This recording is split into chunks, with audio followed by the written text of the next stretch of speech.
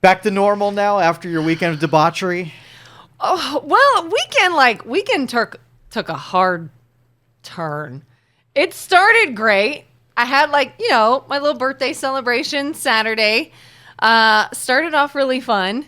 And then 10 p.m., this wave of nausea hit me. And it was not alcohol induced. Mm-hmm. Leading up to it, you're popping champagne at 11 o'clock. So it wasn't drunk induced, but it may have been a contributing factor. Bad food, alcohol, mixed it up in my stomach, and I was like, I don't feel good. We got to go. And my husband felt fine, but he's like, yeah, if you want to go, we can go. And I said, I feel like I might be sick. Let's just go. So we went home. And I sat down and I had some water and I chilled and I said, all right, I'm feeling a little better. I think I'm okay. And I went to bed.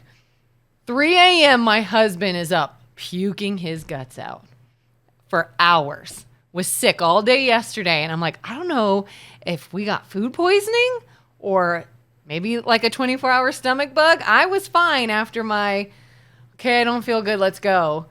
Then I got fine. But he then amped up and got real sick. So that sucked, but other than that, I'm attributing it to debauchery. That's a much funner subtext there. So yeah, I was 41. You can't eat and drink and dance in one night because then you mixes up in your tummy and you're like, okay, we're done. Leave it for the young folk. That's what they're supposed to be doing. It wasn't even that late. Listen, you should be doing Jeopardy. Right? Lawrence Welk.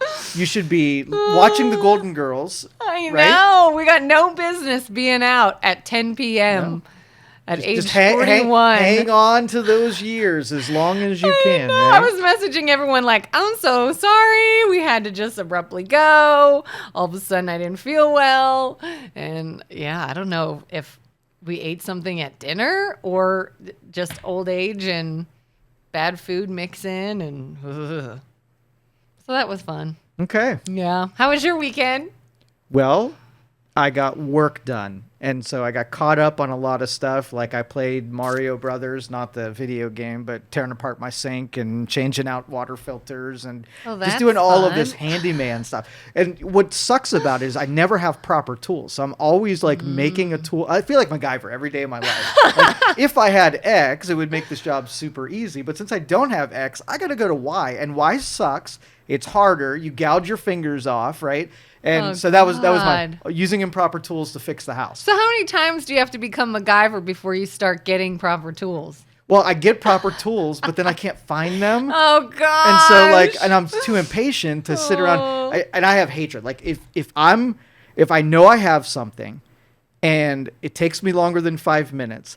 When I find that thing, I'm so mad at the thing that was hiding from me. I want to melt it down, turn it into bullets, and shoot other things. From me? Yes. It's part of a flaw in my personality that I just have no patience for not being able to find something when I need it. And you get mad at inanimate objects. Oh, I was so pissed. So pissed. It must be a guy thing. Yeah. That's odd. Women wouldn't. Okay, brings up a good topic. So women and men. Totally different things, right? Reacts different, built different, behaves different, sometimes, whatever. Yeah, right? Yeah. So how do, and this would be both from a natural standpoint and also a sociological standpoint, how do you get so dissimilar creatures to exist in similar spaces without conceding? You know what I mean? Making, you know that I hate not being able to find something. And so you either mock me when I do it or you help me provide the thing that I need so I don't go off to overload, right? How do we get along as well as we do being so different? And should we try to get along? Is that the point? I mean, you hear the expression opposites attract. Mm-hmm. I think that the differences sometimes are things that each side needs. If I don't have a logical math brain, you do. So when I'm facing a logical math problem, Joe, I need to borrow your brain for a minute. Right.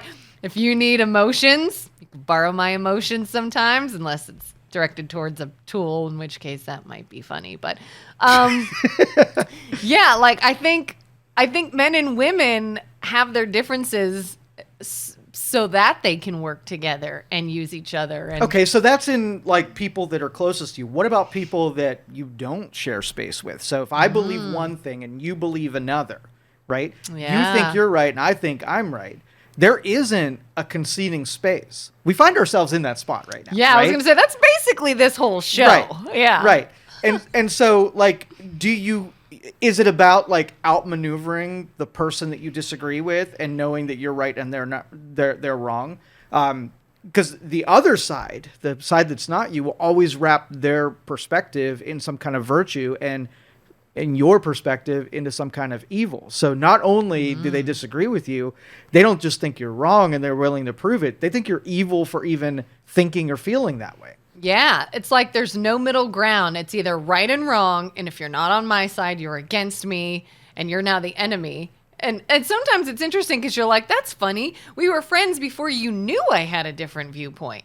Now you know I have a different viewpoint. Nothing else has changed about the relationship, but suddenly we're now enemies? But it always happens. And we know it's in the instincts. Like if you had a relationship and you were unwilling and just hated the other person and weren't willing to concede and work with them and share brains and share emotions like we do, it has a tendency to manifest everywhere. So maybe we're not supposed to, like we say we're social creatures, but I don't think we are. I think we are individual, independent. I'm going to create a bubble for myself, and if I let you in, you're just going to, destroy shit when you're there. So you're not worthy of coming into my bubble. I think that's really it. We've bought into the whole cooperation thing, that instead of qualifying people to be cooperative, we've let everybody in, and then we get a little jaded about how people are inconsiderate once they're in those spaces. They don't feel the same way you do, so they don't care. So if I say, hey, don't wear your shoes, you're a considerate person. So when you come in my house, you're going to take your shoes off because you're like, I would have taken my shoes off, but since Joe, that's his rule, I'm in his house, I'm going to take my shoes off. But then those dipshits who just trounce around with germ-laden rubber all over my stuff, right? They don't give two shits. Yeah. And I'm like, you're never coming over ever, ever, ever again. Yeah. And I mean, I disagree that we are not social creatures and that we need our own bubble. It's almost like we've taken it to a weird level though. I mean, to me, differences are important. You even see it in business. If you have too many like-minded people in one business, then nobody is playing devil's advocate and nobody is seeing weak spots. You have to have someone that thinks differently and sees things differently in order to, I guess, cover your bases in a lot of certain areas. And I think the differences in opinion and viewpoints can be really beneficial and actually helpful rather than a bunch of people with the same like-mindedness. But like we said, we take it to such a dark place almost, where it's, instead of recognizing that there are differences and seeing how that can be beneficial, we see that there are differences and just start a war over it and don't want to consider it. But that's the natural state. Like in order to achieve sort of like a sophisticated level of society, then the people that are in that society have to be sophisticated people. So there was this example. I was listening to a story the other day, and there was this dude that would go off into the Amazon, and he would discover tribes that were just isolated from everybody else, right? So they lived off the land and, probably had lifespans of 27 years, and it was a struggle. To them, it wasn't a struggle. It was just what their life is. So this dude would bring in these canoes worth of food and give them to these tribes, right? And so they had a relationship where they were kind of standoffish. There's an outside person coming in, whatever, but they gives me food, whatever. One day he brought the food in, right? And a dude threw a spear at him, impaled him, and killed him, right? And so when you study the primitive relationships, there was no reason to kill off the guy who was giving you gifts. None whatsoever. Yeah. But the consequence is almost like when you're dealing with a primitive wild animal. Like some days they're going to let you pet them. Some days you're going to get away. But if they're hungry one day, they're going to do what they were designed to do in their natural state, which is eat you. If you're a meal one day, they will freaking eat you. Now, how could my example guy could have cooperative. He can complain about it, like, how dare they shoot me with a spear when I was just giving them food? That would mean that they would have to be sophisticated enough and have thought through, like, if we kill the dude that brings food, then he can no longer bring the food. But we weren't appealing to a reasonable version of that. We were appealing to the guy, different, wasn't here before, kill him one day. Yeah, I mean, who knows how they viewed him? Who knows what sort of background that they had gone through, that they saw him as a threat for some reason rather than helpful or... But if we analyze the primitive state, we know that the people who are pretending to be sophisticated, when I say pretending, I don't necessarily mean putting on a ruse, but it's trying to get something that doesn't happen, right, by using principles and morals. These are all constructs. They don't really exist. In a primitive world, you don't do cooperations. You and I, total strangers, we're going to trade something we have, right? I can only trust you as far as I want to, and same thing on the other side. It wouldn't take a whole lot for you to show up to do the trade, and I just take all your shit. That is the primitive nature of what human beings are. If we don't do that, it's only because we've bought into some kind of fake, inauthentic thing that made us behave better than we should in our primitive natural state. But it's still there. We're still primitive natural people. And that's why certain people think that you're just evil and you're filled with hate if you disagree with them. They are appealing to that dumber idiocracy primitive state. Yeah. And what's interesting too is, I don't know if it's because of this show and the things we talk about, but I swear I'm now even getting served more things on social media that are controversial, like posts and things that I'm seeing shared. And I saw one this weekend and I was like, oh, I wonder what Joe would think about that. Because it is a little controversial.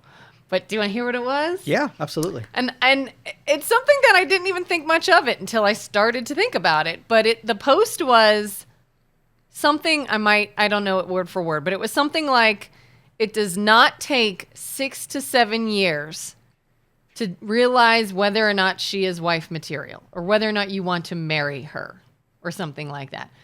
Basically talking about people that date for 6, 7 years or more before they get engaged. And it's like, it doesn't take that long. You either know that you want to make her your wife or you don't. And I'm like, I feel like that's going to trigger a lot of people. Do you know anyone that dated like a long time before they got married? 9 years for my wife.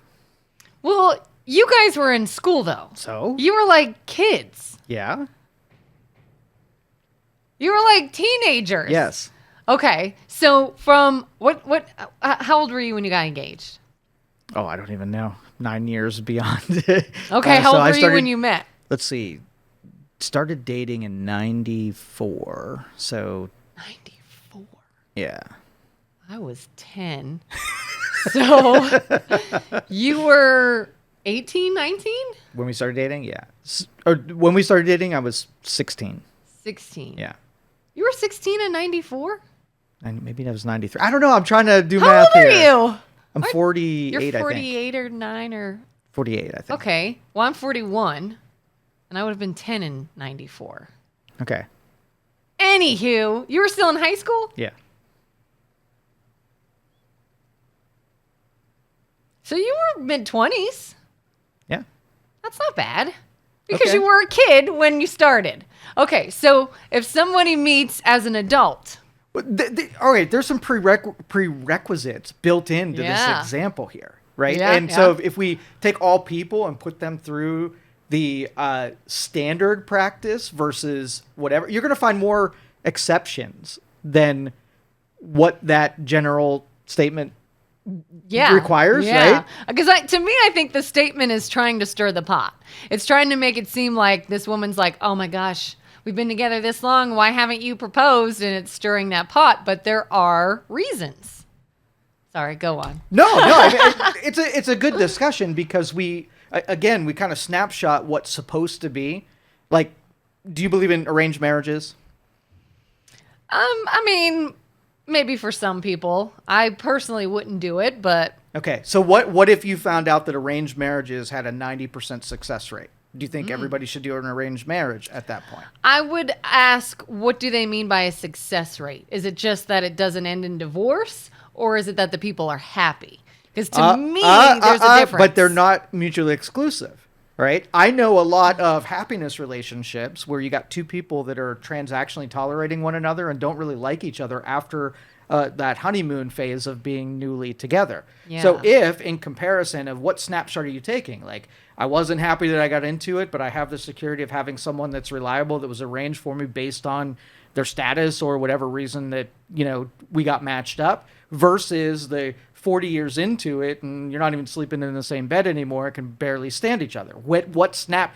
You want to buy into the perfect Cinderella honeymoon story, but that is not reality. Yeah, I just want to know, because any marriage, I think it's going to go through ups and downs and phases where, like, maybe you feel really in love and there's butterflies and then that goes away, but you still maybe have a friendship. And I would love to me, successful marriage is a marriage that you still like each other. You still want to be together. You're not just together only because you said you would not get divorced. Okay, so I'm going to wipe that premise off of the docket because that is not the majority. You do not have happy marriages. What you're alluding to is the utopia of what it should be, but that's not the reality of it. You don't think there's a handful of people that are just like, they handful. like each other? Absolutely handful.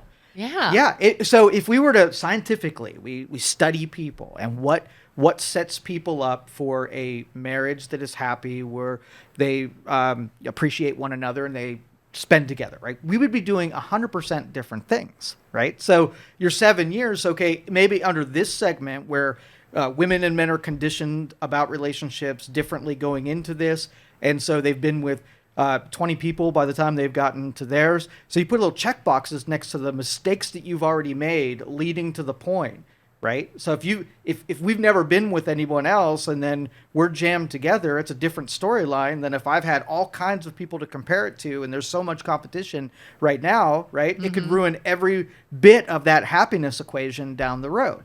So if we take today and what you've done, what's the best way? So I've been with 20 people. I'm not really ready to commit to you because I know I got another 20 people after you that I could totally go to. So you better flare up here and blow me away, or else I'm going to check you a swipe right and go. I don't even know. I don't know. I really don't. But swipe right. Left, I think, is bad, and right. Okay, is good. You fill in the blank on whichever swiping means that you get rid of somebody. Yeah. So if I got lots of options, and I'm not going to settle, so I want to make sure that I've spent enough time with you to make sure that you are not worse than somebody that I can swipe left to. Then, right? Right. Swipe right. So it may push down the line. The certainty. Should it be that way? Absolutely not. Like, in a culture that had morals, woven into it, like so you remember the Ross and Rachel breakup? We were on a break. Was it Rachel? Yeah. Ross and Rachel. Yeah. Okay. So why does that not work out? Like, in an idealistic world, we would break up and spend 6 months apart, but then we love each other, so we'd find. So in the interim of that 6 months, is that a temptation that will take and wreck even the most solid type of relationship? 100%. Because you will do things that you wouldn't have done had you still been in that relationship. It's tempting bad things into your world. Yeah, and I think when it comes to a break, I feel like you really got to look at why you want the break. Like, what is behind that? I remember when I was younger, maybe like 20, 21-ish, I was dating this guy for a while, and I had decided, I think we may need a break. And I found myself liking other people, being attracted to other people. This guy was great, and he was nice, and he treated me well, and we had a good time. But there was just no, spark there. It was just, this is a nice guy. I should be with a nice guy. But I was still very just I want to date and see other things. And so we went on a break. And I think the only reason we even went back together was, again, the dating showed me that there are still jerks out there, and he's not a jerk. He's a good guy, and that's who I should be with. And ultimately, that relationship ended for good because that's not a solid relationship. There's no attraction. It's just you're a nice guy. You're good on paper. I should be with a nice guy. And I'll just settle. And that doesn't work out. So it's like, why is there a break? Is the break because you really do want something other than what you have? And then you go back because you settled? Do you go back because you're like, well, that break was just ridiculous. We should have never done it. I don't know. It's complicated. But if you know, like the math in the equation is that men and women are different, and women are looking for their check boxes and men are looking for their check boxes. Mm-hmm. And a majority of relationships are concessions on something that you'd really like, but you know that there's probably also worse out there than what you have. Mm-hmm. So we're willing to turn a blind eye to maybe something you didn't get with this other person. So you've figured out a formulation to keep it together for you, for the kids, for whatever, right? But I'm talking about the break, right? When you take the break, then you've unleashed those concessions in your brain, and then your brain automatically takes the things that you've been tolerating and then sees a playing field of a bunch of people that might fit in that box. So then you start thinking, all right, I'm either going to sabotage what I had because there's got to be something that's absolutely perfect for me, or like, no, we better not do this break. This is going to be the temptation that I'm probably going to find somebody that just has a weak vulnerability in a different department, and then I'm going to be tolerating that thing for the next 10 years. That's the true game that's being played in relationships. Yeah. So if you see a couple and they are adults, not kids, mm-hmm. and they are dating years and years, and there's still no real talk of marriage or anything, do you have any preconceived ideas about their relationship? Or is it like, well, that works for them? No, I've seen all of the different flavors, and they don't work for me. I could never see. I had this one dude he was a loose cannon. This is one dude, partied, like always loved the nightlife. I was like, that guy is never, ever, ever going to settle down because nobody is going to tolerate those kind of behaviors. And it is so ingrained in his personality. He would just be a different dude, and I can't see him ever saying, okay, white flag, I'm ready for a relationship now. And then I watched that dude walk into a no bullshit relationship where was dominant, and this kid was a alpha of all alphas. And he got into a relationship with a girl who was more alpha than he was. And I watched him become a completely different person. Right? Wow. And when I looked at it, I thought, all right, totally changed. Different person, different friends, different everything. But somehow weaved a sort of happiness in it where when he gave all that stuff up, he became a different person. And when I'm talking to him, I'm like, all of the memories of what he used to be are going through my head. And I can't believe that this is the dude he ended up as. But it took, it took that perfect lightning strike in order to straighten him out. Now, some could argue there. You have to change the person. Yourself, yeah. He would have to be willing to be changed, and you'd have to have a dominating personality that would be willing to do the changing. Yeah, because some people say don't be with someone that you have to change There for. is no, that's what I'm saying. Like all that stuff you read as far as like those nuggets of how to formulate relationships, it's all bullshit because that dude is in a way better spot because he gave up his true personality to become something that was greater. And that is a great story. You reverse the genders now. And a guy changes the girl, and all of a sudden it's a little bit of a sin, and there's a little bit more emotional connection. But it works the same as I do. If a destructive person that is not realizing any of their passions or goals or dreams or becoming a person that's a silhouette of themselves, and then somebody straightens them out, right? That's equally as good as far as I'm concerned, even if they have to give up who they used to be to get to that spot. Yeah, I remember, again, when I was very, very young. I mean, I was even younger. I was maybe like 19. So this might have been even sillier, but maybe 18 or 19. I was dating this guy, and I loved, and I still love, maybe not as much, but I'm very much an extrovert. I love going out. I love to go dancing. I love to hear live music. I love to talk to people. And that was something I did a lot when I was very young. And I started dating this guy, and his take was, okay, well, that's fine when you're single, but you're in a relationship and you shouldn't go to those places. And I was like, but me and my girlfriend's like, we're old enough now. We just turned 18, 19. We can get into bars and I want to go dancing and we want to go and like dance together and have a girls' night. And he's like, but that's what single girls do. And I was like, but I love doing that. And you can trust me. I'm not going to go hook up with a bunch of guys. I'm just going to be with my girlfriends and we're going to dance and listen to music. And he's like, no, because there's guys around. And ultimately, like, that was the end of the relationship. As I said, I am not changing who I am to my core because you're insecure about it. What if it's better though? What if that direction and it has to be conciliatory. So there has to be two people willing, and that's the negotiation of dating to find out what you're willing to do and not. I think when guys throw out what's important to them, it's just an honesty, and either you're going to say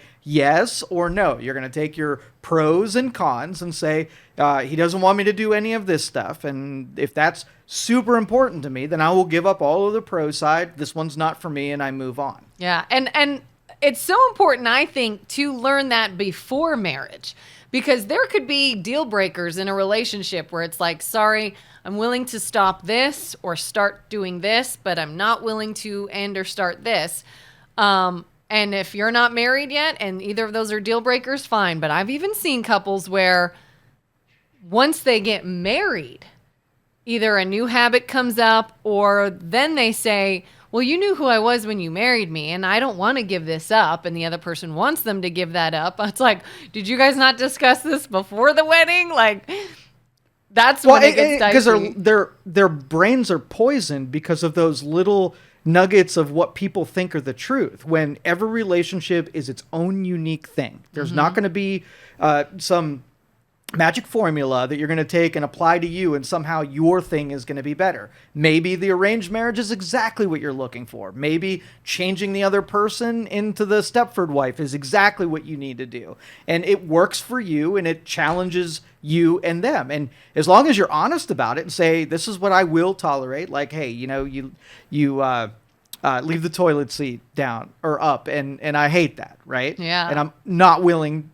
to overlook that if you can't figure out how to do to it. And the other person gets to come back and negotiate in the other direction and say, well, no hair in the shower, right? And then you're like, I promised to do the hair thing and you promised to do the toilet seat. Now we have a negotiation. That's what sophisticated relationships are. It's not like I read it on the internet, so I followed the thing. And how did that become disastrous, right? Because I sprung it on you and that's not us. Like, how dare you bring something from the outside and think it's the truth that two people who are negotiating this should adhere to, right? When you got it from some other person that's not us. Yeah, and I mean, it works both ways, too. I have seen a couple, one comes to mind, where they have been together well over 10 years. Probably closer to 20 years, maybe. And they're still not married, never got engaged. And I'll find myself like in my head thinking like, girl, if he has not put a ring on it by now, it's not happening. Why are you wasting your time? And then I think, well, who's to say she wants to get married? Exactly. Maybe it's not for her. You know, they've been together this long and not married. But do you see socially how do we try to push everybody in that conformity box when it's idealistic and it's utopia? Nobody's actually in that box, but we refer to it as it's a real thing when it's not. Like whether it's honesty or integrity or any of that stuff, it's an ideal, but it's an unachievable ideal. When you have an honest discussion about it, right? Then you can negotiate through it. Now you have a truth-based relationship rather than an idealistic. And I've been on the other end where when my husband and I got together, we were accused of moving too fast. I remember when I met him, the day I met him, it was a Tuesday. And the following Monday, we said, I love you for the first time. And everyone's like, you're not in love. This is infatuation. And I said, look, I'm I would tell you that. I would say this is not love. It's infatuation. It's a crush. This is very shallow. And I said, I get that. I'm telling you this instance is different. This is a different instance. And everyone's like, okay, whatever. And then 3 months in, he gave me a promise ring, which people used to do back then.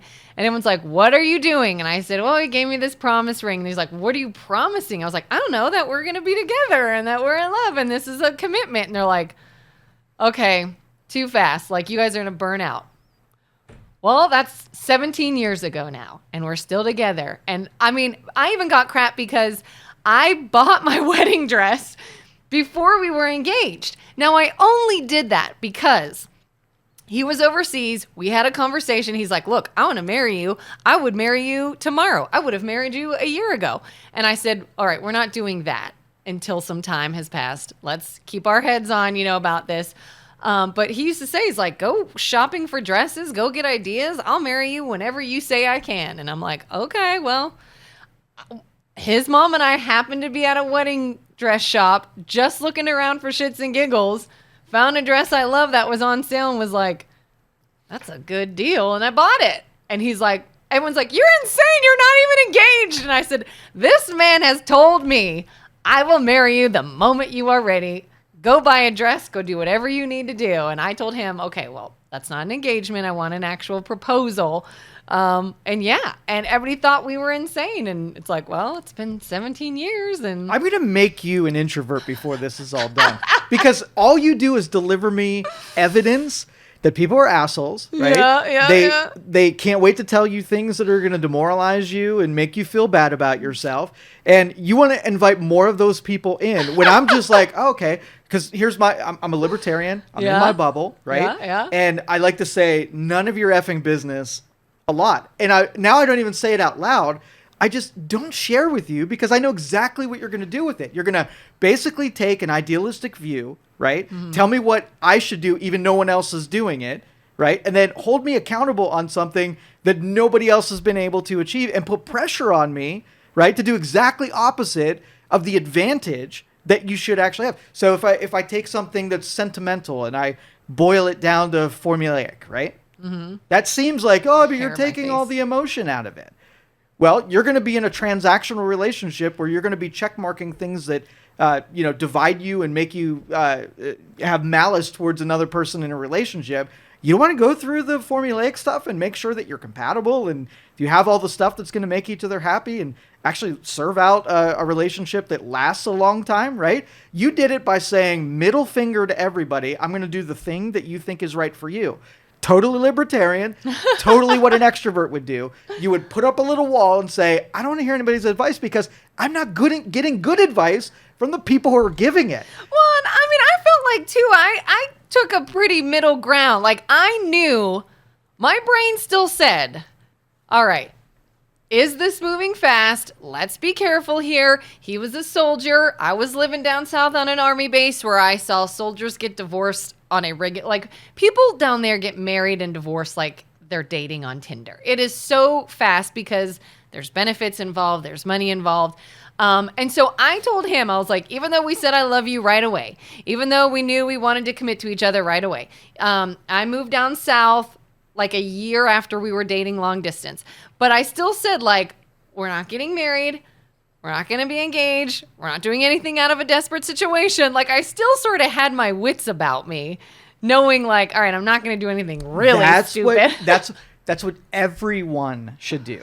Truthful, unauthentic. After the palpitations go away and all the brain chemicals go down, you take your spreadsheets out and you figure out if this is a good idea. You don't avoid the uncomfortable things. Those are the ones that you need to really talk about and come to. Because if it's going to blow up, would you rather it blow up on the day that you share it, or would you let it manifest later on after you've invested in somebody and let it blow up then?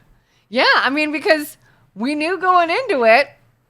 For example, he was a guy that had to be gone a lot, and I'm a girl that is very insecure and needy. And it's like, I need a lot of attention and reassurance, and you can't give that to me. This is going to be interesting. And so you have to prepare for that. You have to know what the issues are. You have to know that, is there a willingness to know and recognize that, hey, there are a couple strikes against us.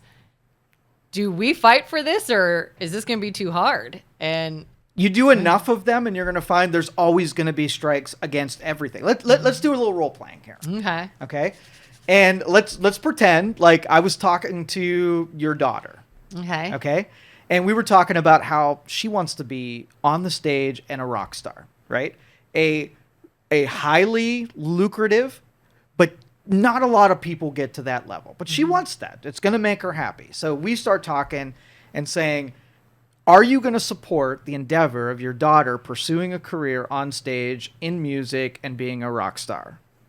Let's do it emotionally and then formulaic. Okay. And see, let's figure out what those differences are. So yeah, so many thoughts in my head. Emotionally, I would say, ideally, I'd love to support anything that she was truly passionate about and truly wanted to do. Because remember, you're the outside person now who wants to share the nugget of dissuasion, right? That's your first impulse. And that's everybody around you who, in the guise of caring about you, wants to tell you how something is not going to work. Like, do you have any idea the odds of this actually happening? 100%. Okay. Yeah. Keep going. How difficult it's going to be to have the resources to do that because it's most likely not going to happen for years. What are you going to do to survive until you make it?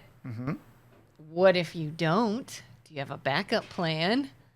Or is this it? So, okay, let's stop you there.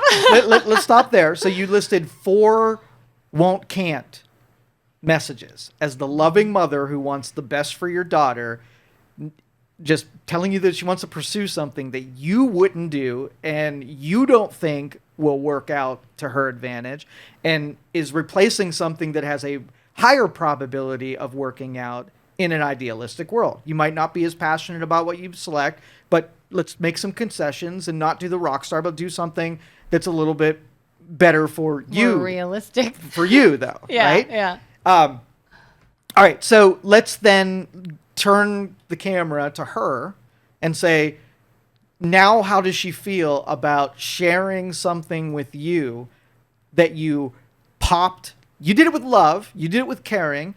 Popped a 9mm in that idea's head. You thought you were being, giving good info and intel. Yeah. And how did she receive it? Probably not well. Probably like I was a buzzkill. Okay. And you don't believe in me. And all you do is pee in my Cheerios. And so why would I tell you again about another passionate, exciting thing I want to do? And you knew what this role playing was going in. And you know why people around you do what they do, right? And so, but you have an openness to invite those kinds of criticisms when she may have done 2 months worth of planning on putting together what she really wants to do. She might know way more about the details of what she wants, and 30 seconds. But in your 30 seconds, your brain delivered protective defensive maneuvers in case she didn't think of those, right? Yeah. Right? Just in case. So now, what should you have said from a realistic formulate? Because let's put some priorities. Do you want her to pursue something she's passionate about? Yeah. Okay. So whatever you say has to show support that you give her permission to pursue every one of those dreams. Because if we're not talking about this, you as a nugget gatherer would say, you can be anything you want to be and follow your passions. And then she's like, okay, I want to be a rock star. You're like, not that one. Don't do that one. That's really high risk. We are in a situation like this with her. Maybe not a rock star. Okay. But I can tell you what it is, and you tell me what we should do. Okay. She loves to bake. And she watches a lot of baking shows, and she wanted to be, just this past Christmas, making her Christmas list. What does she want? She wants to be on Kids Baking Championship. And we were like, okay. And at one point I was like, could you do that one day? Absolutely. Got total faith in you. I think you could be good enough to be on those shows. You've got to keep in mind, though, that they look at thousands of kids when it comes to casting for those shows. And Kira, you just started baking. Like, these kids have been doing it for years. They're very good at what they do. Some of them work in bakeries already. You're very, very new to this, and maybe you should keep working, and then we'll enter later. Maybe not right now, because you're going to get annihilated, which I did not say that to her. But yeah, so we've been in this situation where, like, she wants to own a bakery one day, and now she's talking about she wants to maybe either go to culinary arts school or something of that nature. All great, all future goals, all totally willing to support. But when you're like 10, 11 and you just started and your goal is to be on a show where you could win money for your business because you are that good at baking. I was like, I don't think we're there yet. But I also don't want to stifle our dreams. All right, so let's pan the camera back to you. And when you were telling people that this far-fetched idea to marry some military guy, what would you have liked to hear? Something that would have been endearing, but also, know that, want to make sure that you saw the math, like you know that he's going to be doing this, and this is where you're at, and this is dissimilar than things that maybe you haven't thought of. Because really, you want to be supportive, but also make sure that they're not missing something that they didn't think about yet. Yeah. All right? Hit both of those things. Huh. But you don't want to come out with the shooting first, because that's bad. Yeah. I liked when some people, because the first year that we were together, we were long distance. He was in Georgia and I was in Ohio. And so I liked when people were supportive and they were like, oh, this is so great. And I'm so happy for you. And you found this guy that you're all giddy about. But then there was that, so are you going to move to Georgia, or is he going to move here? And, how is this going to work, do you think? And is he gone a lot? Like, when do you guys think you'll see each other? And it was more like questioning rather than accusing. Like, well, that's not going to work, or this is moving too fast, or blah, blah, blah. It was just, so how do you see this going? Or any plans to see him more, sort of that way, I think maybe would get you thinking more in a realistic manner than just feeling like you're on the defense. Like, you're not going to do this. This isn't going to work. That's going to, and now you're like, oh, well, thanks. You know what I mean? Maybe just phrasing it differently. No? No, you're like wrong. Totally. Okay, so both sides of the spectrum, we've isolated that if somebody is blindly going to shoot something down, there's no new information. They're just going to try to dissuade you and take all the wind out of your sails, and you're not going to want to tell them anything, or you're not going to want to do the thing, which is both catastrophic. Then you have the blindly, like, that's fine, that's awesome, you're going to be fine. And that's equally as stupid, because it's not going to all be fine. There's lots of complications. It's going to be really hard. Mm-hmm. So just saying that, you put no thought into supporting it just as much as you put no thought into shooting it down, right? Mm-hmm. The middle ground is probably where there's the most territory. So my son is a lot like me. I know it's going to be a shocker, but when he tells me an idea, like, I'm not in love or in hate with the idea from the onset. I first want to remove all the emotion about how much I want something, and let's talk about the details of achieving it. So my son comes to me and say, I want to be a rock star, right? You're not going to get that's great from me, because I'm not going to give you an inauthentic, I don't know if it's going to be great. Let's find out if it's going to be great, right? Mm-hmm. So I'm going to say, do you want to just talk about it right now, or do you want to throw it into a spreadsheet? And throw it into a spreadsheet means I'm going to give it structure and bones, and we're going to list out the things that get you to that thing. And then you can decide on what we collectively put in the sheet, whether you'd like to do now or not. It's your decision. It's your plan. We're just going to give it some structure, right? Mm-hmm. So think of this as a quadrant where one side of it, the blind hate and the blind love, those are ones you don't ever want to touch. And then you have the other two quadrants where I'm on the bottom side, where you're not going to get emotion from me, but it's going to give details and data. So if you just want to be excitable about something, right, and say, I want to be a rock star, and you want to live in the illusion that you've created, that's not for me. You're not ready to visit my quadrant. I'm not going to tell you it's going to be good, or this quadrant's going to tell you a little bit more assurances. So if I was talking to your daughter, it would be the quadrant above me. We would talk about why she wants it and why it's part of her passions, and what about it is so appealing, and is this one that you're willing to sacrifice everything and go all in on, and really dress up the emotional state of it first before you jump down into the mathematical state. But then if you want to start out with me, we're like, I don't want to overinvest emotion into something that might not even be a feasible thing. I might not even know how to bake. I might bake shit, and people are just nicely saying it tastes good when it doesn't. You want to go to a baking show and never be put on that stage again. Yeah, right? yeah. So think of those quadrants. I don't want to be either side of these. I want to be one of these, depending on who I'm talking to. And your daughter would be on the top side, where emotion first and passions first and positive first. And my son, which is more logically thinking, would be on the bottom side, where let's do math first. And then after we look at the sheet, if we really want to do it, then we'll drive all the emotional energy into doing it. I think this side is way better than the other side. And I will, I'll make up a useless statistic, but I bet you 95% live on this side, right? Yeah. That is totally unusable, and there's no new information. When you say, I'm going to get married, there's going to be gunshots going after your idea. If you say, I'm going to start a business, gunshots. There's going to be, I want to, invent something, like all of it is going to be the 95% of the people who just don't have the sophistication to be useful when contributing information back to you to see whether or not you want to do something. Would you say you get emotionally charged after the breakdown of all the logics? Yes. Like Yeah. when you're like, this idea could work. And then you then get emotional excited. energy, that's called, to me, useful energy. Yeah. Right? Now it's time to fall in love with the thing and celebrate the thing and be loyal to the thing, right? After I know, because wasted emotional energy means that you want to put blindfolds on and there's stuff within the I'm going to say relationship because we're going to tie all this in somehow. And so there's stuff in there that you really don't want to look at because it makes you feel bad. I just want to look at the stuff that makes me feel good, and I want to concoct an illusion so that I'll stay in it long enough. And then later on, I'll get to realize all the stuff I really didn't like and didn't negotiate through it down the road.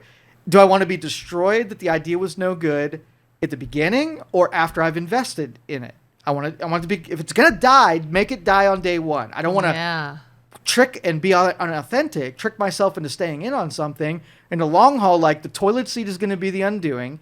And if you're not willing to, compromise with me, then let's end it right now kind of thing. And it's interesting. This actually has me thinking back to when we were talking about how long you're with someone. And you had said you're with your wife 9 years before you got married. Mm-hmm. But a good chunk of those years were high school, basically as kids.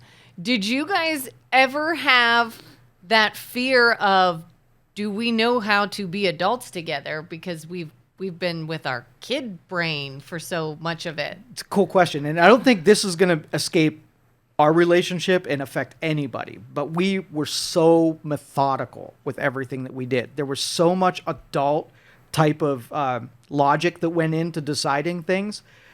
We made up, and I don't know if we got them from movies, books, television, whatever. We made up our own formula for what was going to work for us, and we have stuck with it from the time we were kids to now. We've never had to update it because we were just immature kids. We were thinking adults when we were in that age group. You had a relationship agreement? Totally. Like in Big Bang Theory, which I keep telling you to watch? I know. I've tried to get through a couple of those. Oh, they had a relationship agreement. Yes. But that's what we did. We knew all the pitfalls, and then so we just illustrated them what they were and how we were going to deal with them and made rules governing them, and we just stuck to those rules, and things have been easy. If I were unwilling to stick by the rules and she was unwilling to stick by the rules, it wouldn't have worked, and we would have discovered that early on. Because I'm saying, we think that a species evolves upward. We think when we age, we get more mature. We really don't. We are the same package that we were when we were young. We just add complications onto ourselves that makes us feel like we're a more sophisticated version. But you've seen people when they get a little, inhibitions are down and they forget to fake it anymore. They're just kids. Yeah. Everybody's just kids. Like I could see, I wonder if you guys ever heard any relationship I saw that started from school age. People always ask them, well, don't you feel like you wanted to date more? Didn't you want an experience with other people when, you got in a committed relationship at such a young age? Do you ever regret feeling like you didn't date enough or see other people enough? Or were you like, that wasn't an interest anyways? It wasn't a contemplation because her and I are both nonconformists. I got lucky and she hated everything and everybody. So outside influence was not our strong suit, right? We had each other, and people were going to say some shit, and they were probably going to be wrong, and we were probably smarter anyway. So anything they said, nod your head, laugh it off, and we're going to get back to our plan. And when we check a box off for us, there's nobody gets to put stuff on our list. We checked it off already. So if we're like, I'm decided this is my person, there's not going to be somebody that comes along and scribbles. I've already got that one. I'm on to my next thing, right? So it was us, and then professional, and then family, and then we had this progression, and we just stuck to the schedule that we put together and what we were going to do and why we were going to do it. We'd still talk about it and add some resolution to some of the things that might have been general ideas, and now we actually get to do them. But we're following the plan from the time we were freaking 16. Now that you think about it, there's a handful of couples I know that started together in high school, got married right out of high school, to where you'd almost statistically be like, there ain't no way this is working out. And they're still together. Meanwhile, people meet as two grown adults, get married, and are not together. So here's the nugget. You can put this on social media. Okay? Yeah. Don't listen to anyone, even me. Okay? And that's going to make people's brains just... Don't listen to anyone, even me. And then you're like, that. Well, I'm either going to agree with you, and I don't want to because you told me not to. There's your nugget. That's a good point. Is it?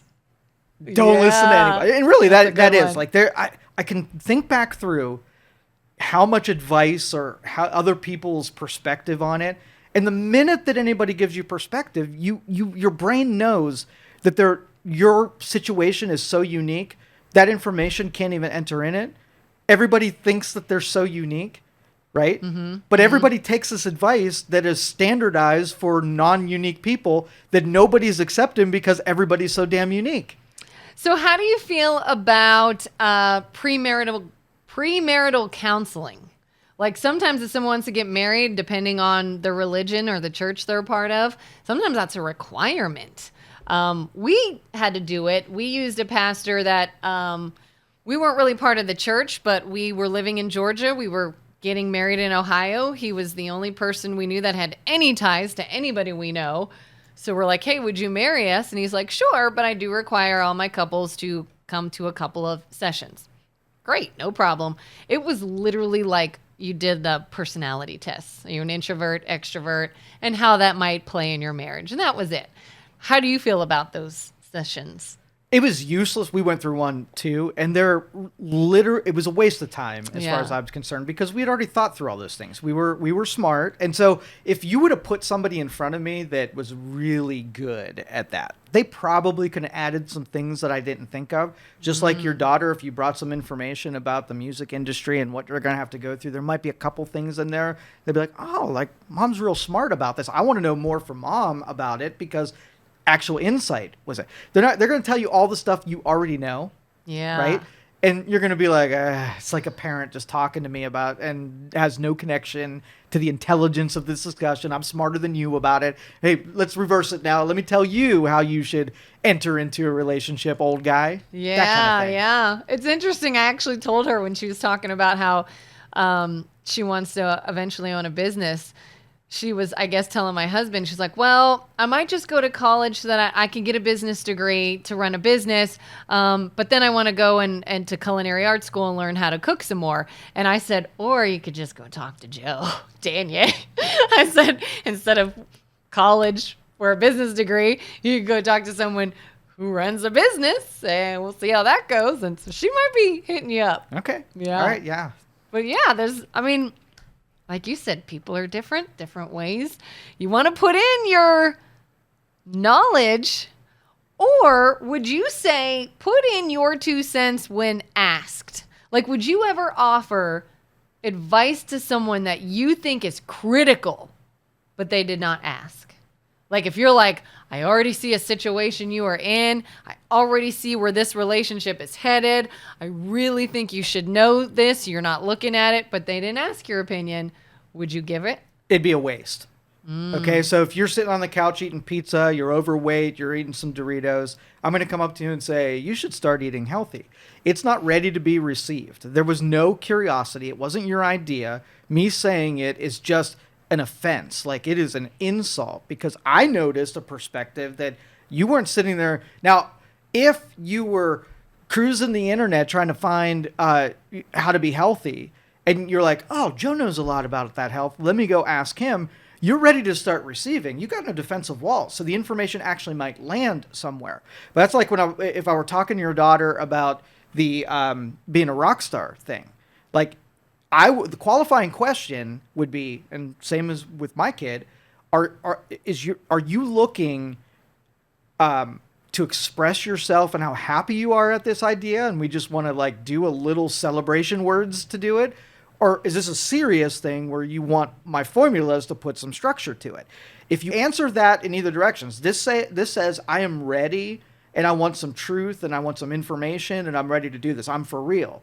This one is like, I'm still courting the idea and how in love I actually am with it. Honeymoon phase could be 30 days. Somebody could hatch an idea and it's nice and vulnerable, like a newborn baby, right? Mm-hmm. It's not going to take much to get that baby dead, right? It's so vulnerable.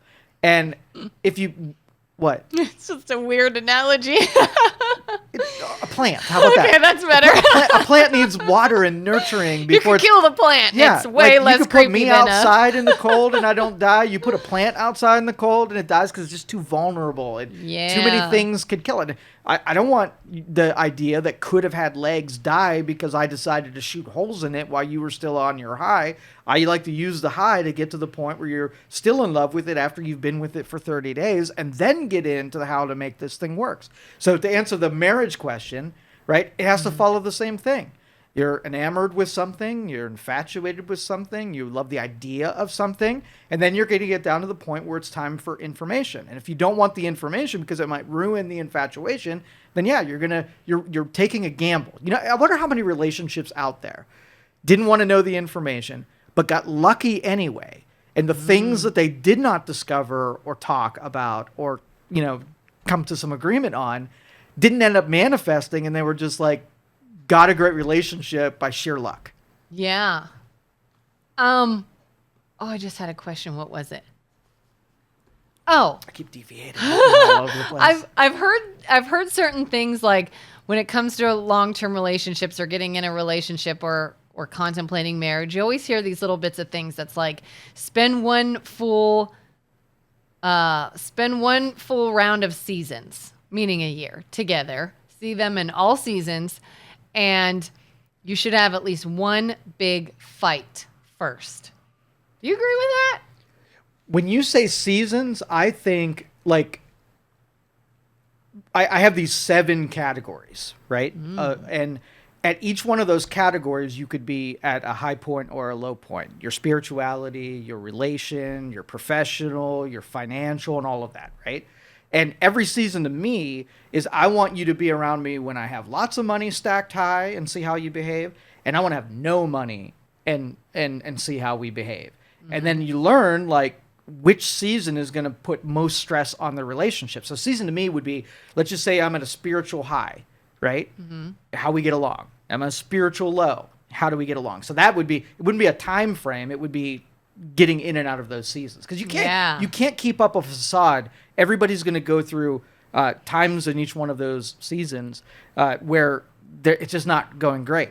And you know, if your whole relationship is predicated on being great in those. So if we started dating, I took you out on my yacht and took you to beach resorts every weekend, ate at the fanciest restaurants, and always had everything we needed, right? And we're so happy, right? And then it's like, hey, we're going to have to take 2 years off of that. We're going to live in a small apartment. We're going to only have ramen and whatever. You still in? That kind of thing. Yeah. And I could see that too. Well, in fact, if anything, and again, I'm probably going to sound a little judgy, and this is not blanketed for all couples, but if anything to me looks like a relationship that's going to head south, it's the ones that do get married in season 1. You know, like we just met, lots of infatuation, lots of feelings, everything's great, this is exciting, I love you, you love me, let's throw caution to the wind, and we go get married in like a month. And I'm like... But here's the thing, like... You can go to a spreadsheet, right? Mm-hmm. And if you can have a truthful conversation. So my wife and I, when we were still in high school, we talked about things that hadn't even occurred or couldn't even occur. Yeah. So we talked about like what happens when we are financially set. What happens if we were in a cardboard box? And you know, if you're talking to a truthful person, they're going to say, yeah, that would be kind of difficult to be able to, here's how to make my concessions, how to right my mind, having less than I did before. Or you can have the idealistic, like, I would love you anyway, even if we're in a cardboard box. And then it'll be up to me to say, let me paint this picture a little clearer to make sure, because Yeah. I wouldn't be okay being in a cardboard box. So you're just saying you do it in spite of no details, right? Yeah. Let's describe some of those details. Because I mean, I could be one of those people that were like, oh, well, I don't need money. We just need each other. It doesn't matter if we're struggling. But then my brain goes, statistically speaking, like if you look at the stats, finances are a huge stressor in marriages, and a lot of marriages break up over finances alone. So how could I say in this bubble of bliss that I'm going to be okay with a cardboard box? You can't really say that. Well, and that's the thing. Like, if you leave it to the cliche, the thing that's supposed to encapsulate all the things you should be talked about, and you dig through those and say, this is what it would be like. I'll use my imagination and my emotional energy to put myself in the role-playing bubble that it is and describe what that would be like. And then if you're responding to it like as a pragmatist and say, oh, if that happened, then we would do this and we would do this. And then, so you basically said, I'm going to switch. I switch all over the place. Squirrel. Yes, exactly. So we do this like with if there were a fire at your house, what you would do. And you could be like, oh, we would just all run out, right? Then you'd say, hold on. There's some things that could happen there. Like, what would you have? What preparations would you like to make so that if there were a fire, we're playing this in our head, what would you like to have at your disposal? What would you grab, right? What if there was fire in front of the door? What if you were upstairs and it was downstairs? And you can go all through the scenarios that depict exactly what that would be like. Now, instead of just saying, we would just run out and been okay with that, now you're like, okay, well, I can add into my daily thing all of the things that we could do and should do and whatever, and being always prepared in case that happens.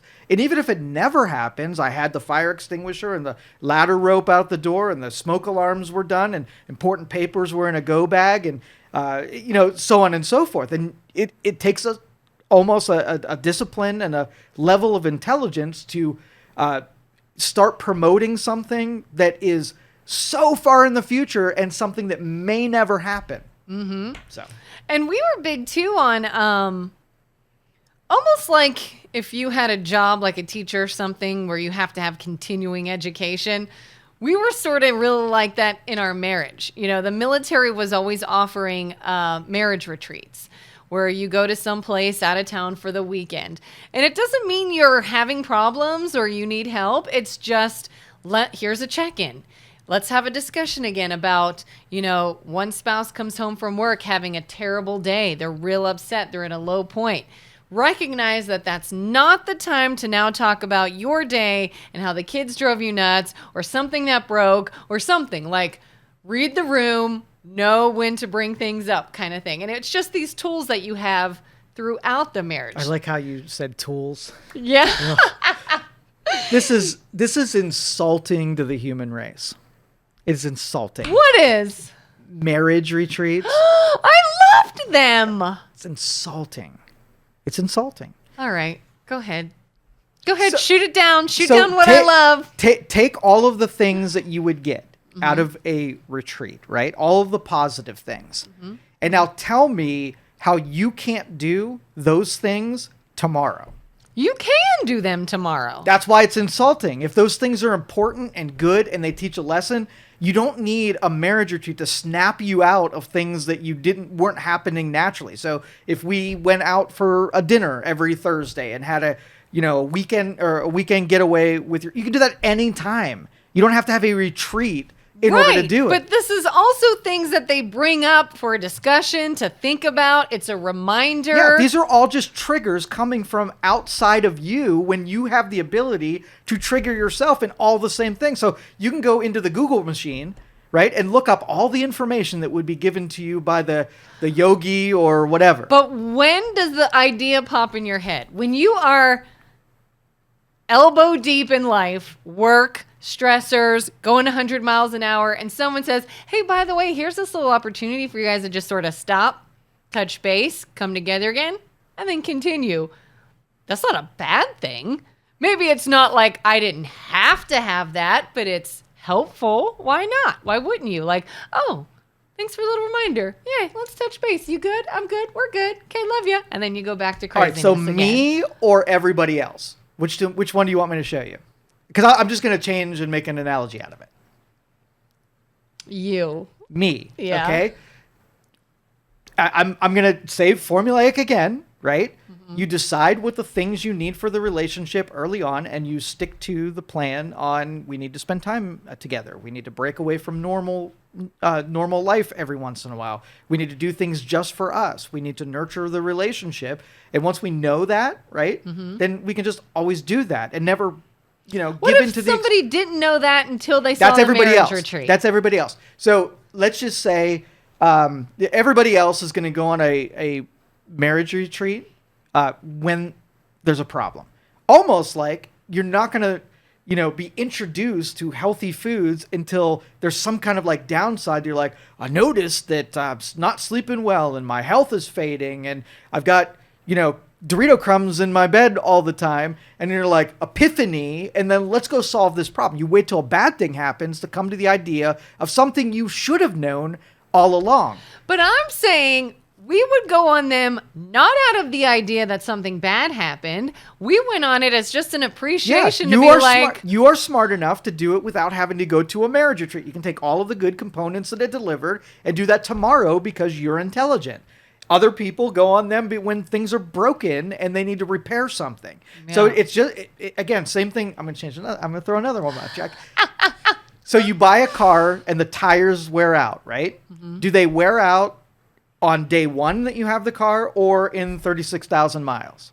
36,000 miles. Okay. Hopefully. What happens when you're just driving around and you forgot that tires are going to need replaced in 36, because you stretch it out in a long period of time. What if you just get so focused on driving, you forget that tires are going to be replaced? Joe's going to buy the car, know that there's a replacement about 3 years from now, and put aside money and put it on my calendar to go get tires whether or not I need them when something happens, where it never went off of my radar. I never forgot that the tires weren't there, even if it took a really long time to do the realized thing. So in a relationship, you can forget that you're supposed to spend time with your husband because of life, right? Mm-hmm. And then one day you're going to have an epiphany moment, whether or not it be, it was forced on you with a couple's retreat or there's problems in the relationship. Cool, you can do that. But down here, you don't ever have to do that. You don't ever forget about it because it was packaged in the thing that you started and it's been there all along. So you're saying, okay, you buy tires. Yes. You already know after so many thousand miles, I'm going to need more. Yes. Let's go ahead and put that on the calendar now. Yeah. How is that any different than I'm in a relationship, I'm in a marriage, we know we're going to have issues, we know we're going to need to retouch, we're good, we've got some skills, but let's put on the calendar a marriage retreat that gives us the opportunity to reconnect and appreciate and all that. Oh, that's why I said that's interesting that you said it as a tool, because in most cases, it's not a tool, right? Yeah, it's like a parachute. It's a rediscovery of something that you already knew. And so that means that you knew something at one time, and over time you forgot about that thing. So are human beings capable of remembering things? Yes. Mm-hmm. And using actual tools so that you don't forget is part of the Formula Guys deal. Yeah. So after you go on that retreat and you're driving and say, that was really nice, our relationship's at a peak, right? What are we going to do? Are we going to forget that we should be doing stuff like this? Or are we going to change some lifestyle things so that a retreat is never necessary again? Yeah. Or let's put it on the calendar now. And so because this is what the relationship will do. It'll be high point after the retreat. Then the relationship will get strained, and then you'll see it's on the calendar and it'll come back up again. What if you don't let it get strained and you just go from this to this, and it was just an actual tool rather than something that was a life preserver that saved you? You don't have to be saved that way. Yeah, I mean, to me, like, I see them as the marriage retreats almost like I view Valentine's Day. A lot of people are like, why do we have Valentine's Day? I don't need a day to remind me to love and be good to my spouse. Neither do we. But is it nice? It's nice. It's, oh, what a loving day where everybody's celebrating love and maybe they're gift giving, or maybe they're just watching a movie together, maybe they're whatever. It's just a nice thing to be like, once again, I love you. It's just niceties. To me, the marriage retreats were that. It's, we already got this, we're good, but why would we not want to just take some time together? There's an opportunity. Two separate things. Okay. So let's take the premarital counseling thing. Okay. And so you know, hey, we're going to get into life and we're going to forget all these things we agreed to. So I'm going to write them down, and in a year we're going to pull out this little notebook and we're going to read the things and be reminded about the things that we got involved in it. So that would be the utility of the thing that got you those words and those ideas, right? Versus a year from now, we really like to go and see an old man preacher. So we're going to go to the old man preacher and go through the litany of him saying the exact same thing that's on the piece of paper. So two things: the value of the reminder that you can get any day of the week that you choose, and then the thing that you like, that you're just going through the motions because you like the thing. You could get the utility without going and doing the thing. That would be the intelligence. You're going on the retreat because you enjoy the retreat. You just happen to get a reminder of something that you could have just written down, pulled out in front of the fireplace in your living room, and be reminded of all the things that person told you the last time you were there. Yeah. But the retreat is a nice weekend away. But they're separate. You can get a nice... Okay, so could you go to just a beach on Florida that is not a couple's retreat and experience all of the nice things that you got when you were on the retreat, and while you're there on the beach, little beachfront property, you take out the notes from the last one and go through the things that you liked from when you were at a retreat, and then you just made your own retreat, but you didn't need the retreat. You needed the information. It was nice to have when you're in a beautiful place where you can enjoy it with your spouse. It's all I'm pointing to is you can get it differently. The retreat wasn't necessary. It's a nicety. Yeah. And the way we use it, yes, 100%. Okay. And I agree with you that I think some people see a marriage retreat as sort of this life preserver. Things are bad. We better go find some skills to me is when it's like, oh. But those are the same people that in 36,000 miles will be completely surprised that the tires they knew were 36,000 mile tires all of a sudden need to be replaced and jump in crisis, right? And I'm sitting back thinking, like, I'm changing tires even before I really should. And then we're going to experience different things. You're going to experience a day where you needed your car to run, and now a tire can't support your transport to where you were going. And my problem is I'm going to replace tires that I probably could have got a couple more miles out of, but then I don't have to ever wake up and the tire not doing what it's supposed to do. That's the experience. Do you want to wait till the relationship suffers to snap me to attention to go do it? Do you want to have high blood pressure and ill health before you snap to?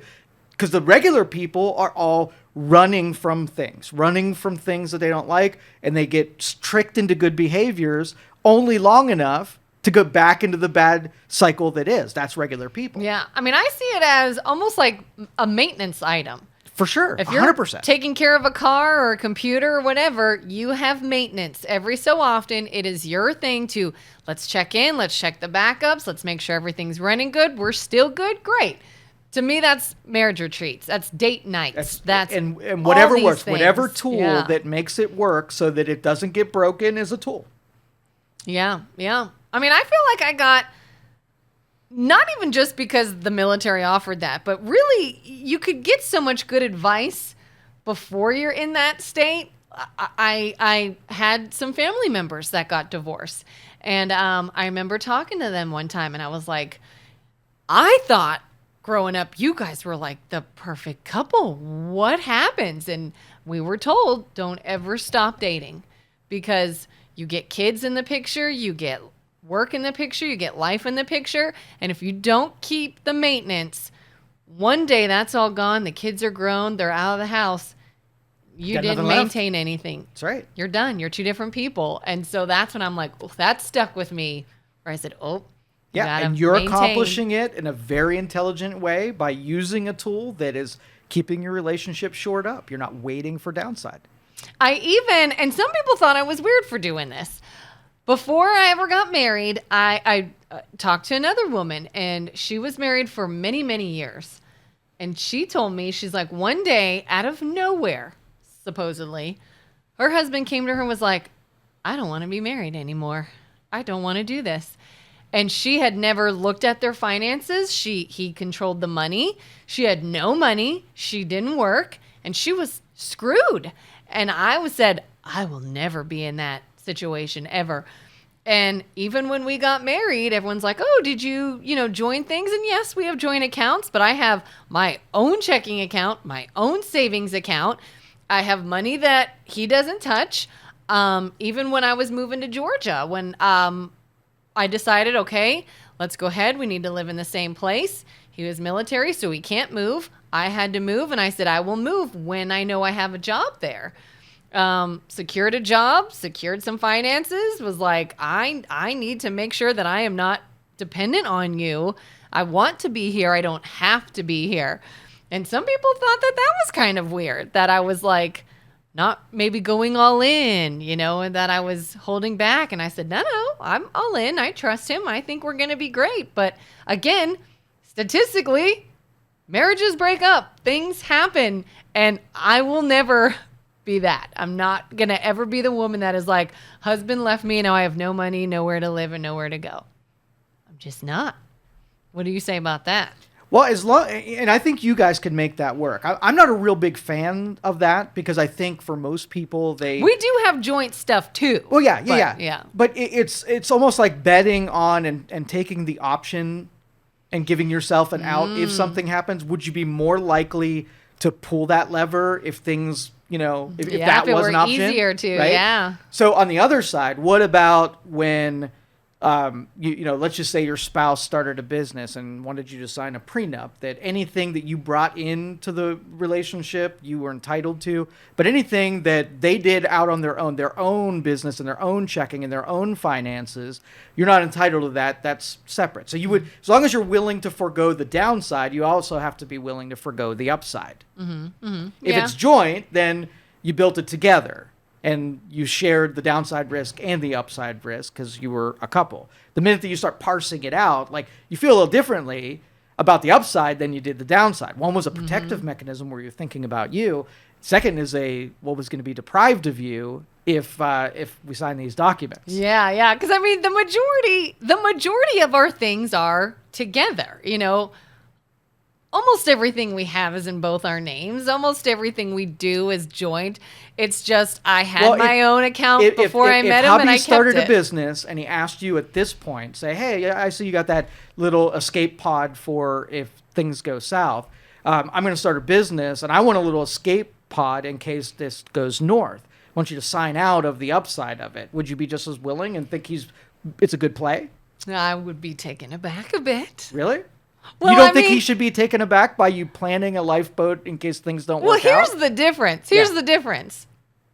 That was discussed before, and everybody was cool with it.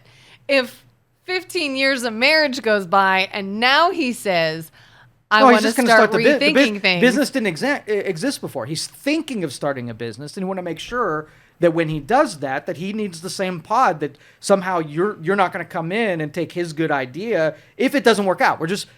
If it doesn't work out, this is he's going to do it, and he doesn't think you should be entitled to it, just like you don't think he should be entitled to the portion that you're setting aside for your lifeboat.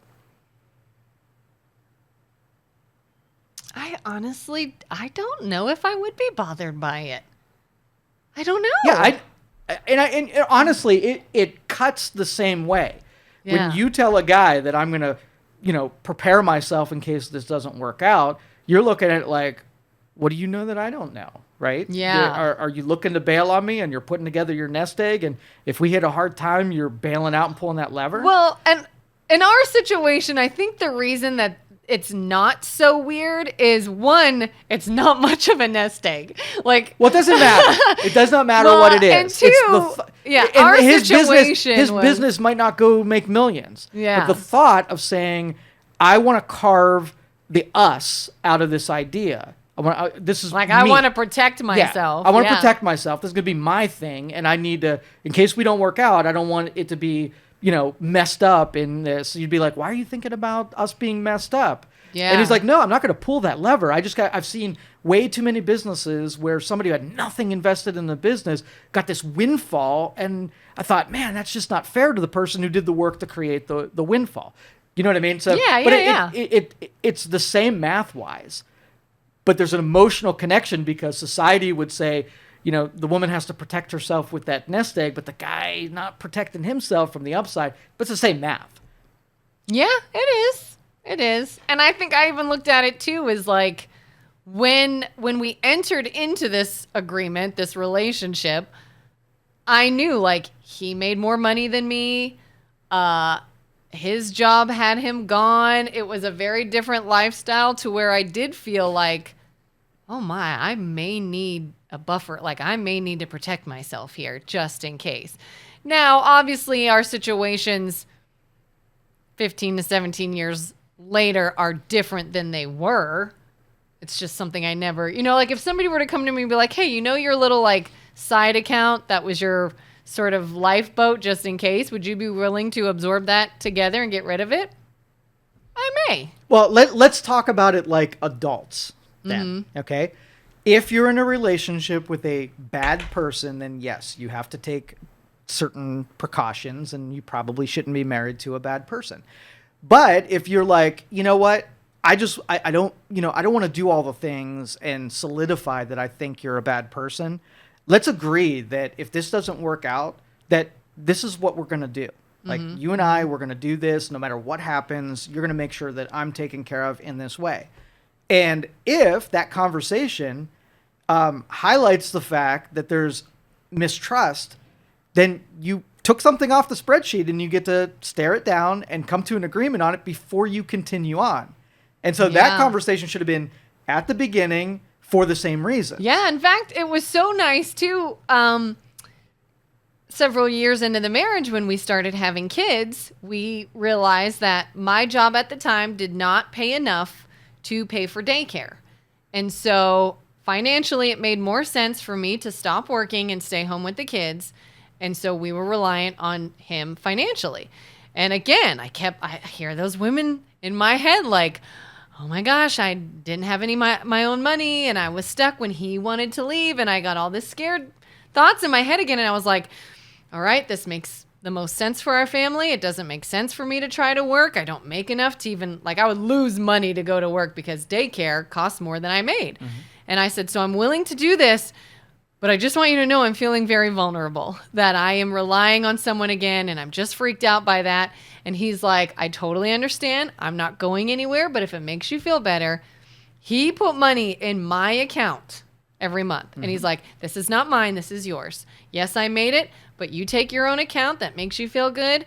And if you're not working, I put money in that account for you, and that is yours. That is not mine. And I was like, oh, thank you. Thank you. That would be really nice. Yeah. And so I just had that peace of mind that, I don't think he's going anywhere. I think we are good and fine. But just in case I've got vulnerability in me, he's like, all right, then keep your account going. Here's your own money. God forbid anything happens. And I thought that was very nice. Yeah, I'm not going to suggest that you dissolve the account that both of you agreed upon as a proper utility to make you feel more secure. Hell no. The temptations, right? What we add to it, if you fall victim to the temptations, like when it got rough, you seriously thought about bailing because you knew you had that thing and it was a proper temptation, I would say, yeah, you're not strong enough to have a checking account that gives you a bailout mechanism. Some relationships, that would be the undoing in a heartbeat. As soon as it got to be enough where I didn't need you anymore, we have a little verbal, you take your money, you run. That was too big of a temptation. It ruined and squandered the relationship. So that's what I'm saying. Like all of these things, that's why the nuggets don't work, because to you could handle it.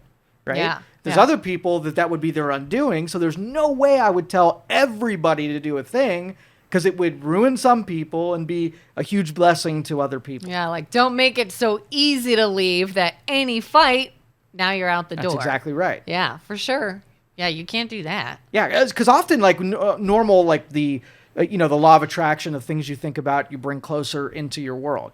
I'm not bringing a fire into my house because I'm overly prepared for it. I don't want it to happen so I can use my extinguisher and see how my rope ladder works. Yeah. I have a good relationship that I don't want that thing to happen, but if it does, I want to protect the people that are there. So I don't obsess over the formula of how I'm going to survive a fire.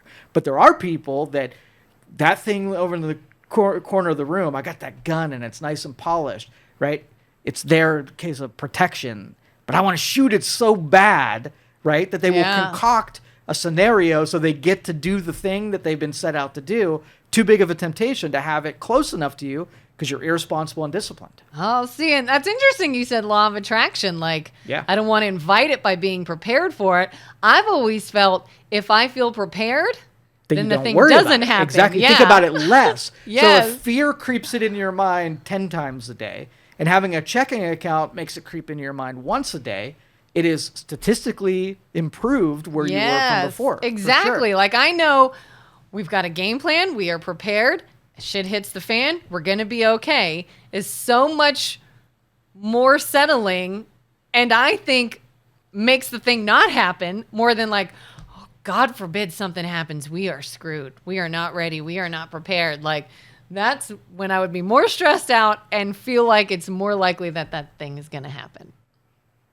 I can't disagree with you. And, you know, if we were to, and that's why it's tough to really write things like the law of attraction, because, you know, you're only speaking to 5% of the people that are out there that will, you know, use it correctly, where it could go counter and you could just unlock the brain to invite all kinds of things that you don't want and, you know, downward spiral from there. Do we have time for Yes. one more topic? Yes. Somehow this you made me think of this. Yeah, absolutely. You were talking about law of attraction, which this is a little different, but still kind of interesting.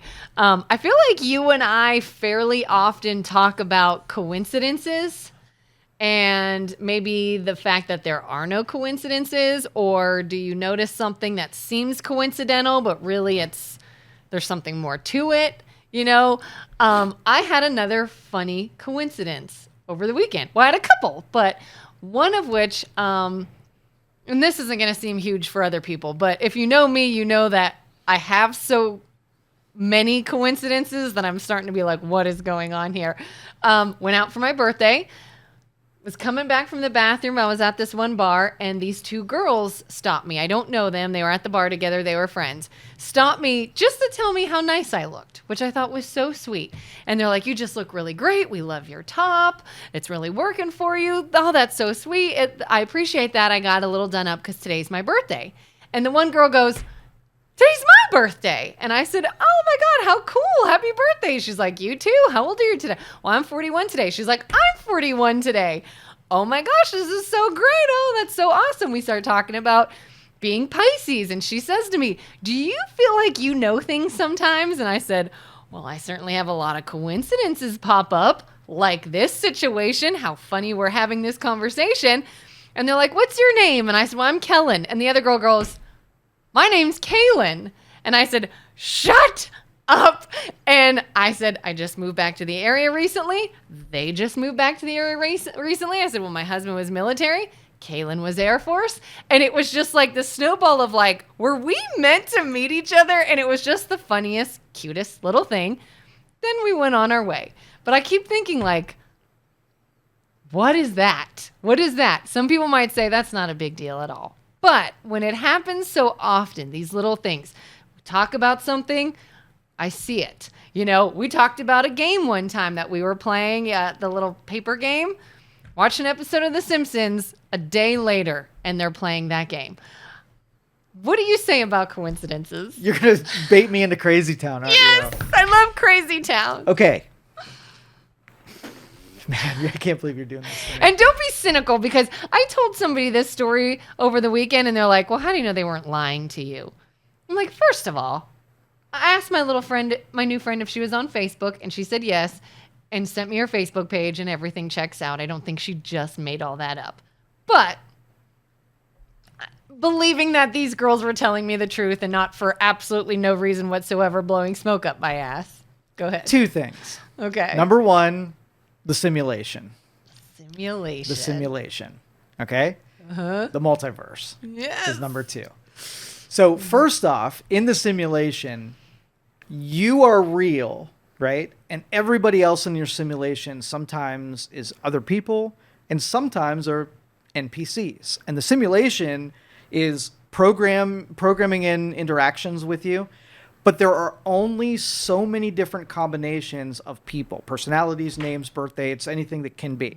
Okay. And so when it arranges, it's using random number generators to concoct a certain person. You ever walk through an airport? I walk through a ton of airports, and you see somebody who looks like somebody you know, right? Oh, you see that all the time. Why? Yeah. Because there's only so many different variations of people, right? And Yeah. characteristics. And so if you get exposure to enough people, you start seeing patterns of sameness in other things that are around you. You see landmarks that look the same, people look the same, conversations.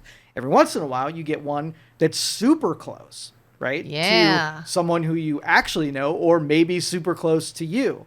So in the multiverse, okay, Yeah. think of these things as being docked, right? So there's an infinite number of versions of you and also of other people. Infinite. In every direction. What you've done, what you will do, and all that kind of stuff.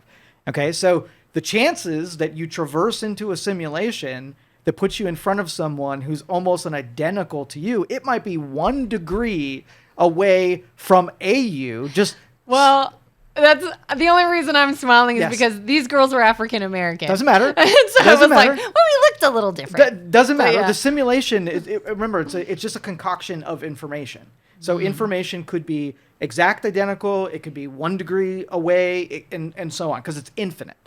Okay, so I'm going with the NPC version of this in the simulation. You think they were NPCs? They were NPCs. They weren't real people. They were just programmed into it. You had an interaction that was a little too close to what you are. You noticed it, and then the engineers, the Matrix architect, went back and said, "Oh, we got one that was a little too close. Let me program in some variances so that it's not so close to Kelin." The girl Kelin, we started chatting about what we do, and I mentioned podcasting, and she's like, I do a podcast too. Yeah, you got a little too close to your NPC. Too many variables that were similar. The architect is busy today making sure that doesn't happen again The in the near Matrix. future. Yeah. I mean, it was the amount of coincidences in this conversation were so insane. That's why, like, the one person I told said, what if they were lying to you? Oh, me too. Oh, me too. I said, first of all, I don't know why you think girls would randomly stop someone, call them over, compliment them, and start lying for no reason. There was no reason for them to do that. 2, when we were chatting and I said, oh yeah, well, what kind of podcast do you do? Let's stay in touch. She immediately sent me a Facebook page that backed up stories. However, the Facebook page has not had any posts in like 2 years or something. You know, yes, I see she was in the Air Force. Yes, I see this, and that. Yes, I see she used to live down south. But there's not a lot of recent posts, which of course can mean she just doesn't get on Facebook much. Well, obviously. don't look it into like she's a fake person. She's really not a fake person. She's an NPC. Okay? So, okay. This is kind of the math that gets your brain, your neurons. This is a practice, and I do not know the numbers, so these might be different. I'll look it up to make sure after this podcast. But here's the deal. So if you had 100 people in a room, and it might be a different number, but we'll use 100. You had 100 people in a room, okay? What are the chances in that room of 100 people that you share the same birthday with another 100, with a person that's in that room?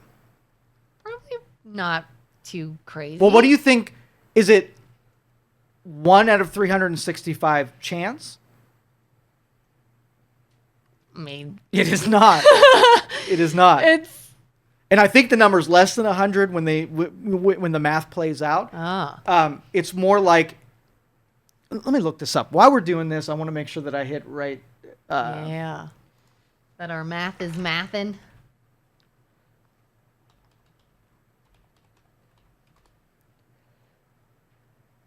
Okay, so in a group of, not 100, 23 people.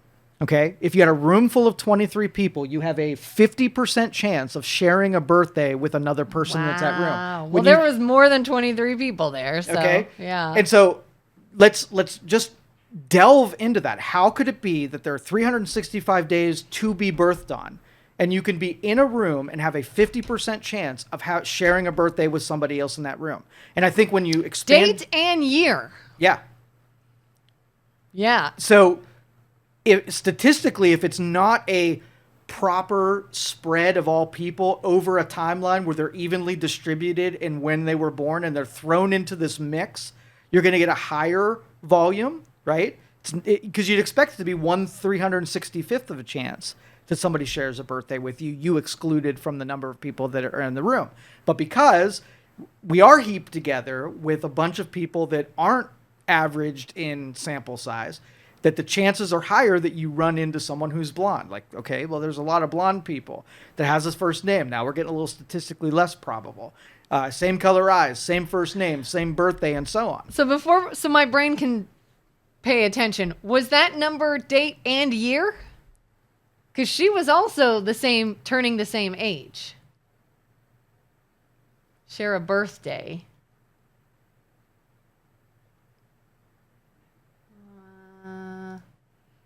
Like, is it just February 22nd and February 22nd? Probably that one. Or February 22nd. I'm guessing it would work linear for the number of years as well, just with a higher denominator. Mm-hmm. And you see this chart. This is amazing.